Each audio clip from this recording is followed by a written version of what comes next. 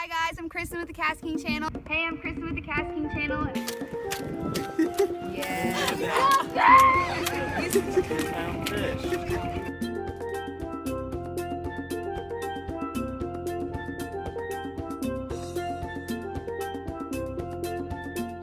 Hey fishing friends, I'm Christin with the KastKing Channel, and today on KastKing Keeps It Wild, we're going to talk about a really serious issue. We're going to talk about UV rays and sun damage and how it could lead to skin cancer. I care about you and KastKing cares about you, so please take a trip with us to Long Island, New York to speak with an expert on this subject, Dr. Pagano. Pagano is a board-certified physician assistant at Schweiger Dermatology's Manatuck, Long Island, New York location with a specialty in medical and surgical dermatology, and she's a specialist with skin cancer. Karen, who graduated with honors from Stony Brook University, has 10 years of experience as a practicing physician assistant. Karen is an advocate for sun protection and skin cancer screening. Her goal is to decrease the number of skin cancer morbidities or mortalities by prevention and early detection. Please spend a few minutes with me where we can learn some facts about skin protection and dispel some myths about UV rays and sun damage. Hello Karen, thank you for taking the time to speak with us today and get some important questions answered. First, can you tell me about UV rays and how they affect us? Can UV rays damage your eyes as well as your skin?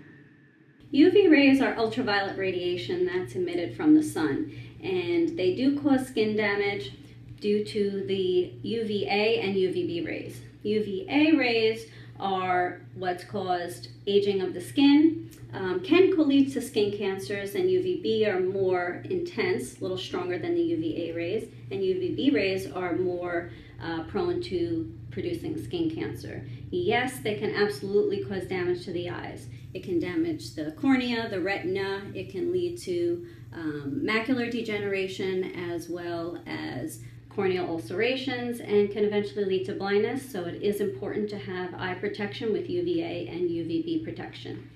I need to get better about protecting my eyes. Wow, okay. Next question. What percentage of people in the U.S. end up with some type of skin cancer annually? Well, in the lifetime, 1 in 5 people will develop skin cancer. And also, people that reach the age of 65, 40 to 50% of them will have some type of skin cancer of non-melanoma skin cancer, that is basal cell or squamous cell carcinoma. Each year, there are approximately 10,000 skin cancer deaths per year, and over 2 million people are diagnosed in the U.S. with some sort of skin cancer annually. Wow, that is a lot higher than I was expecting. Okay, lots taken. Next question. What groups of people are more susceptible to skin cancer? Are the groups who are least likely to be affected still at risk? Yes. So the skin typing goes by something called Fitzpatrick skin typing. There are skin typings 1 through 6, 1 being the lightest skin type, 6 being the darkest skin type. Skin type 1 are fair-skinned individuals who are more prone to skin cancers due to the lighter skin.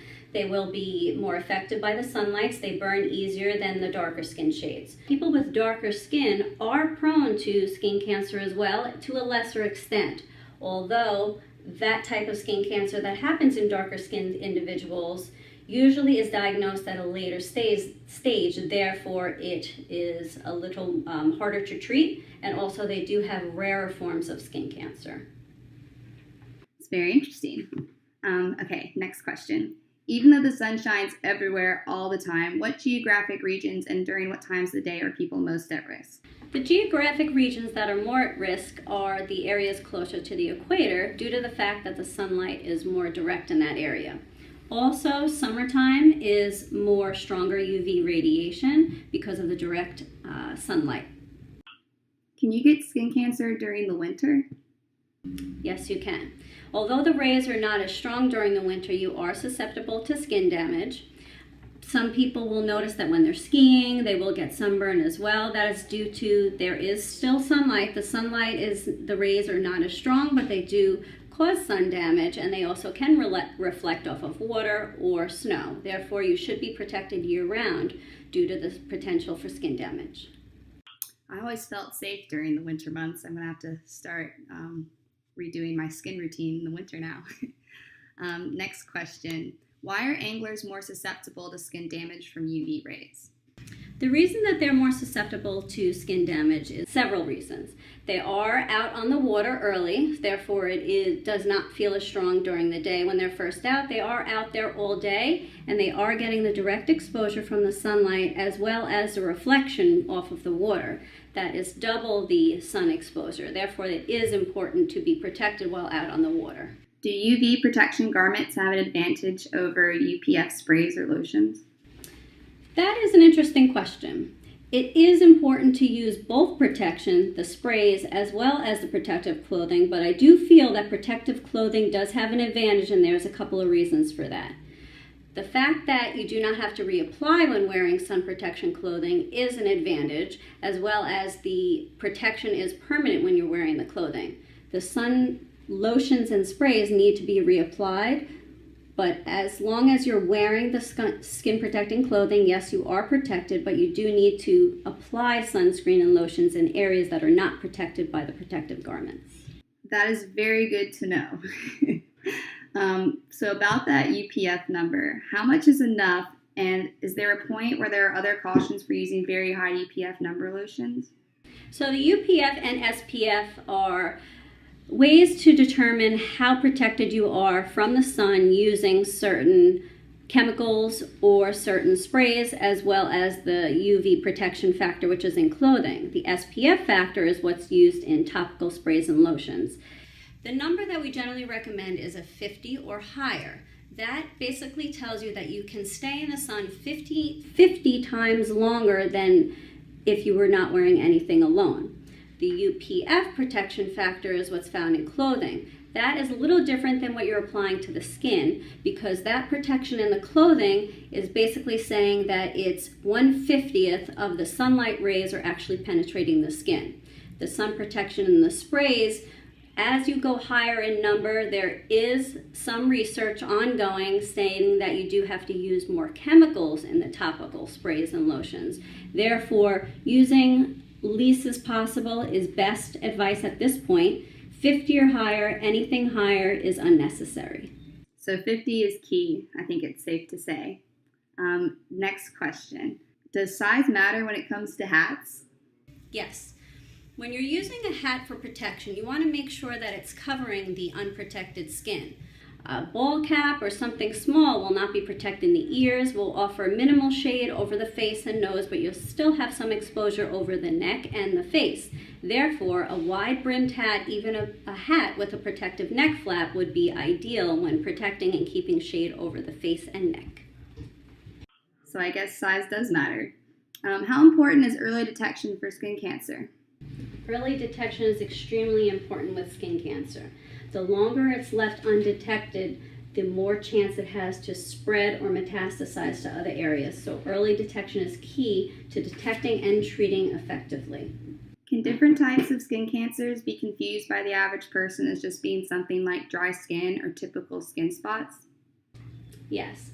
To the untrained eye, there are several lesions that are benign or non-cancerous that people may mistake for skin cancer, and vice versa. Therefore, it is important to check yourself regularly. If you notice anything different, you should see a skin dermatology specialist to make sure that any of those changes are normal, or they could be something that may need addressing. So can skin cancer be deadly? And if you have it, is it treatable? Yes, skin cancer, when caught early, is treatable. There are several different types of skin cancers. There are some that are least aggressive, such as basal cell carcinoma. You do get more aggressive in terms of the different types of skin cancer, such as squamous cell or malignant melanoma. Those skin cancers, if left untreated, they can metastasize to other areas of the body, the organs, and can be fatal if left untreated.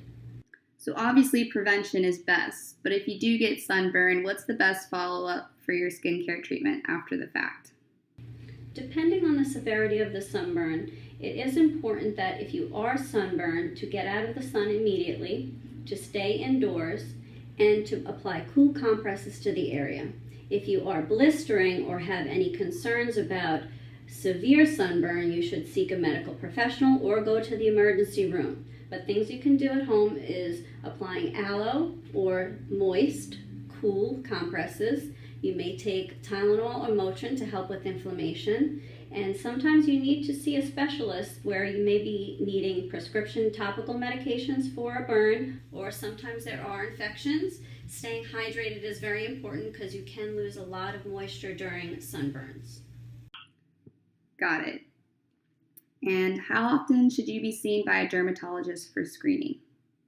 You should be seen, if you do not have any history of skin cancer, once a year for a dermatology screening. That would be done ideally every year to make sure that nothing has changed or nothing is different.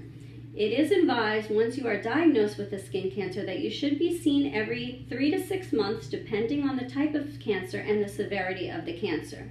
Another idea, what you should do is to check yourself monthly as well. Use 2 mirrors, make sure that you can see the areas of your body, check your moles. If you have a lot of moles, it is important to be aware of your own body. Make sure you check. If you notice anything different or changing, it is important to see a dermatology specialist. Thank you so much, Karen, for taking the time to answer our questions and to help everyone learn more about skincare. It's very important. We really appreciate your time.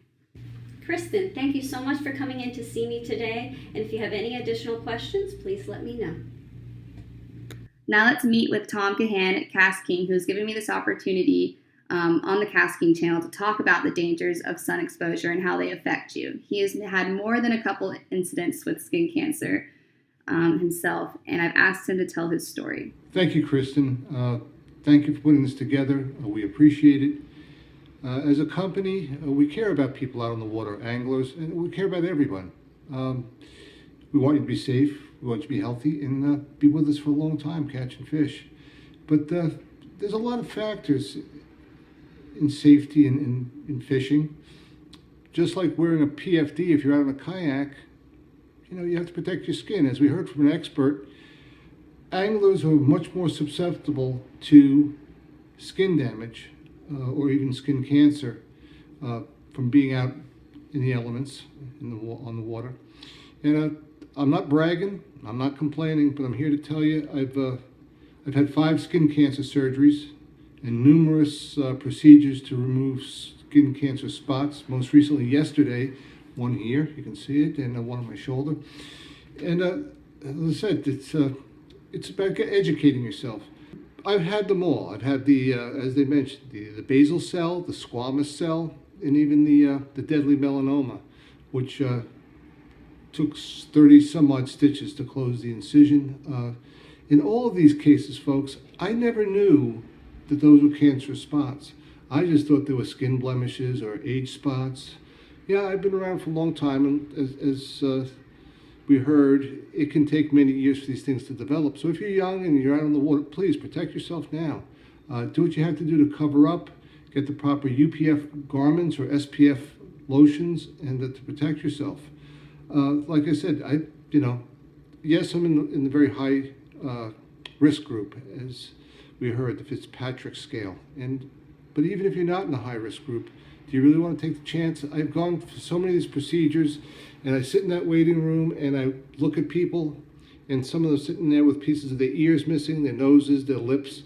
I don't want to see that happening to you. Stay cute, stay handsome. Do what you have to do. It's never too late to really start protecting yourself and to educate yourself about the dangers of skin damage and skin cancer. Stay with KastKing, because in the not too distant future, we're taking corporately a position to help our angling friends protect themselves while they're out and about fishing. So thank you for watching, and thank you, Christin, and thank you to the whole crew for coming to me with this concept of wanting to do this, and appreciate it. Take care. I don't know about you guys, but I just learned a lot of new great information that I'm going to try to incorporate into my everyday life and when I'm on the water and when I'm outside. I'm Christin with the KastKing Channel. Thanks for watching.